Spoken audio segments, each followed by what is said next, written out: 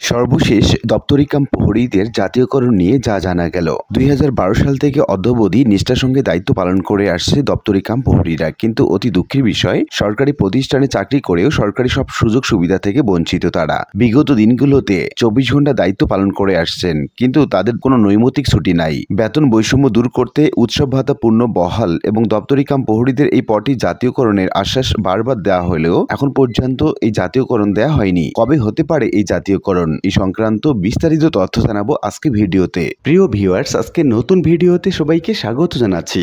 আপনি যদি আমার চ্যানেলে নতুন হয়ে থাকেন তাহলে এরকম গুরুত্বপূর্ণ ভিডিওর আপডেট পেতে চ্যানেলটি সাবস্ক্রাইব করে রাখুন।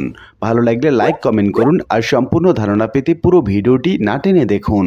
তাহলে শুরু করা যাক। এই সংক্রান্ত একটি প্রতিবেদন বাংলা ট্রিবিউন নামে একটি অনলাইন পত্রিকা প্রকাশ করে। আপনারা যেটা স্ক্রিনে দেখতে পাচ্ছেন, এখানে তারা বলছেন, বিদ্যালয় থেকে একটা সামান্য তালা চুরি থেকে শুরু করে ল্যাপটপ, প্রজেক্টর, কম্পিউটার, ফ্যান, বৈদ্যুতিক বাল্ব, দরজা, জানলা, কারেন্টের তার সহ যা কিছু হারানো যায় বা চুরি হয় তা আমাদের দপ্তরি কাম প্রহরীদের নিতে হয়। গত 12টি বছর ধরে আমাদের এই পদে চাকরি দিয়ে দুটি কাজ করানো হয়েছে। 24 ঘন্টা ডিউটি মানে রাতে এবং দিনে। একটা রক্ত মাংসে গড়া মানুষ কিভাবে দিন এবং রাতে কাজ করতে পারে? এটা নিশ্চয়ই শ্রম আইনের লঙ্ঘন। দপ্তরি কাম প্রহরীরা দাবি করেন, আমাদের কোনো ছুটি নেই শুক্রবার, শনিবার, ঈদের দিন সহ বিভিন্ন অনুষ্ঠানে কোনো ধরনের ছুটি পাওয়া যায় না। এই স্বাধীন বাংলাদেশে আমরা বৈষম্যের শিকার হতে চাই না। দপ্তরিদের সর্বপ্রথম বেতন 7,000 টাকা থেকে শুরু করে বর্তমানে 14,450 টাকা থেকে অনেকেই 16,130 টাকা দেয়া হয়, যা দিয়ে বর্তমান বাজারে নুন আনতে পান্তা ফুরায়। আর এই কারণে 24 ঘন্টা ডিউটি নয়, বৈষম্য দূর করতে জাতীয়করণ, এই দাবিতে তারা আন্দোলনে নেমেছে,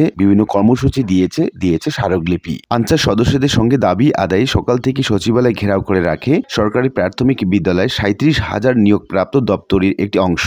দাবি আদায় না হওয়া পর্যন্ত তাদের এই কর্মসূচি অব্যাহত রাখার ঘোষণা দিয়েছে সরকারি প্রাথমিক বিদ্যালয় দপ্তরি কাম প্রহরীর কেন্দ্রীয় পরিষদ। দপ্তরিদের 16 জন সমন্বয়ক প্রধান উপদেষ্টার সঙ্গে স্মারকলিপি দিতে দাবি আদায়ে রবিবার এই কর্মসূচি পালন করেন। সচিবালয় গেটে সকাল থেকে অবস্থান নেন দপ্তরিরা। তাদের দাবি চাকরি জাতীয়করণ করতে হবে। তো উল্লিখিত আলোচনা থেকে আমরা এটুকু বলতে পারি যে দপ্তরি কাম প্রহরীদের বিভিন্ন রকম দাবি দাবা, বিশেষ করে বেতন বৈষম্য এবং ছুটি নেই, সেই সঙ্গে তাদের কোনো ইনক্রিমেন্ট হয় না, এই বিষয়ে তারা অনেকদিন ধরে বিভিন্ন রকম স্মারকলিপি কর্মসূচি পালন করে আসছেন। তো তাদের বৈষম্য দূর করা হলে দপ্তরি কাম প্রহরীরা আবারও কাজে বেশ মনোযোগী হবে, এমনটাই প্রত্যাশা করছেন দপ্তরি কাম প্রহরীরা। আশা করি বিষয়টি বুঝতে পেরেছেন।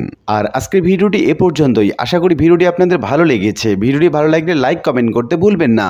দেখা হবে অন্য কোনো ভিডিওতে। সে পর্যন্ত সবাই ভালো থাকবেন। ধন্যবাদ।